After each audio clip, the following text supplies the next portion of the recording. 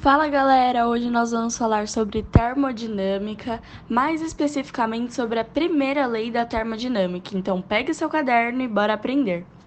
Mas e aí, o que é termodinâmica? A termodinâmica é a parte da física que estuda as transformações da matéria, realizadas pelo calor e trabalho. Essas transformações podem ser da natureza física ou da natureza química.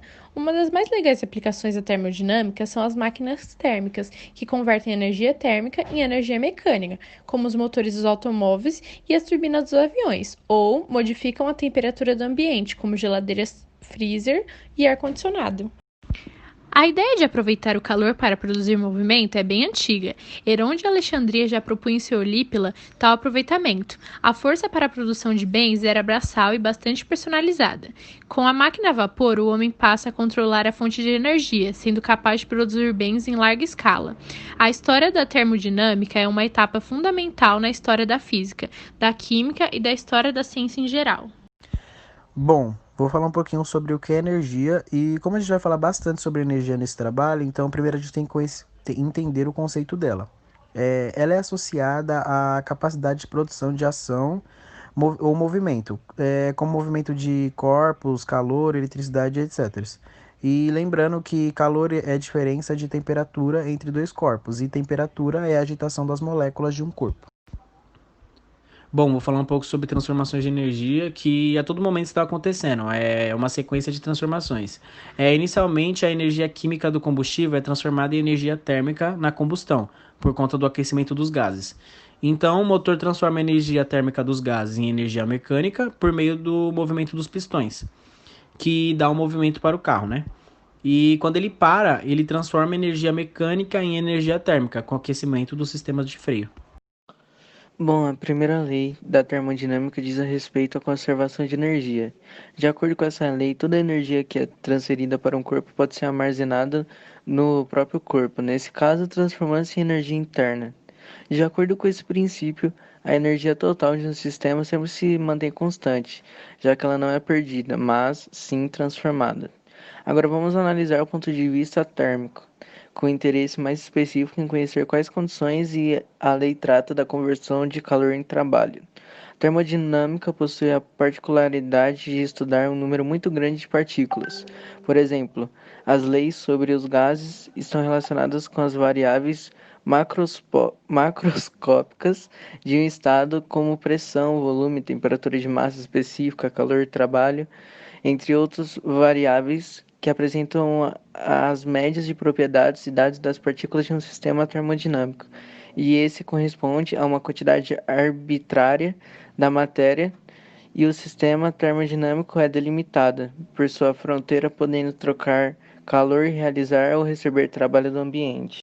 E trabalho na física é a medida da energia transferida pela aplicação de uma força ao longo de um deslocamento.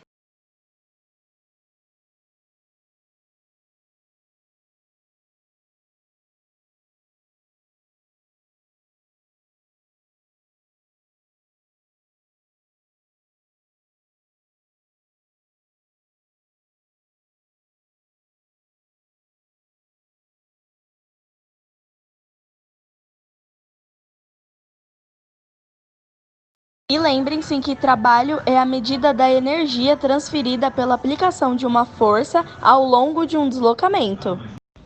Então teremos que a variação da energia interna do sistema é dada pela diferença entre o calor, trocado com o meio ambiente, e o trabalho realizado no processo termodinâmico. Então, nessa equação apresentada, nós teremos que a quantidade de calor vai ser positiva quando o sistema receber calor do meio ambiente, e a quantidade de calor vai ser negativa quando o sistema fornecer calor ao meio ambiente. Com o trabalho, a mesma coisa. O trabalho é positivo quando ele é realizado pelo sistema e negativo quando é realizado sobre o sistema.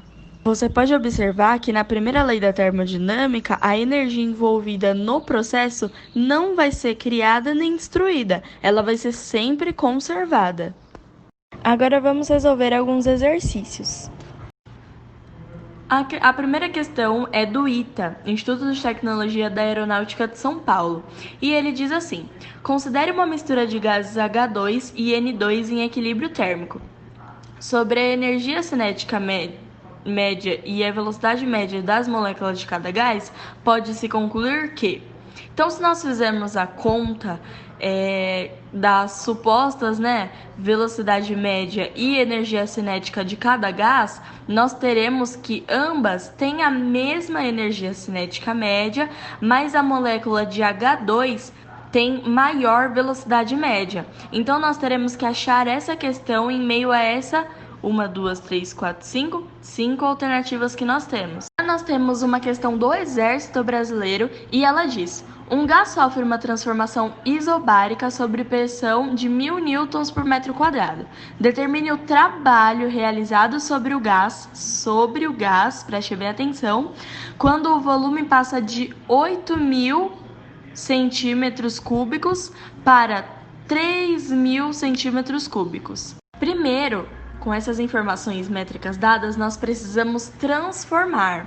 Então, nós temos que a pressão é de 1000 newtons por metro quadrado e a velocidade inicial é de 8.000 centímetros cúbicos. Então, nós vamos, para facilitar, colocar em notação científica e vai ficar 8 vezes 10 elevado a menos 3 metros.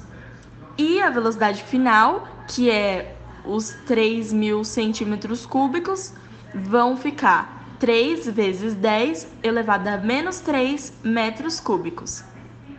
E agora que está tudo transformado, vamos efetuar os cálculos. Bom, galera, para finalizar, nós temos uma questão da Universidade Federal do Rio Grande do Sul e ela pergunta: qual é a variação de energia interna de um gás ideal sobre o qual é realizado um trabalho de 80 joules durante uma compressão adiabática? E aí nós temos as alternativas.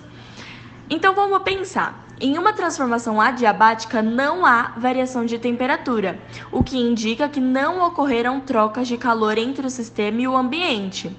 Em uma compressão adiabática, o gás ele é comprimido e por isso é realizado um trabalho sobre ele. Logo, ele recebe um sinal negativo, porque se o trabalho é realizado sobre ele, Porém, não houve troca de calor, então a variação da energia interna vai ser de 80 joules.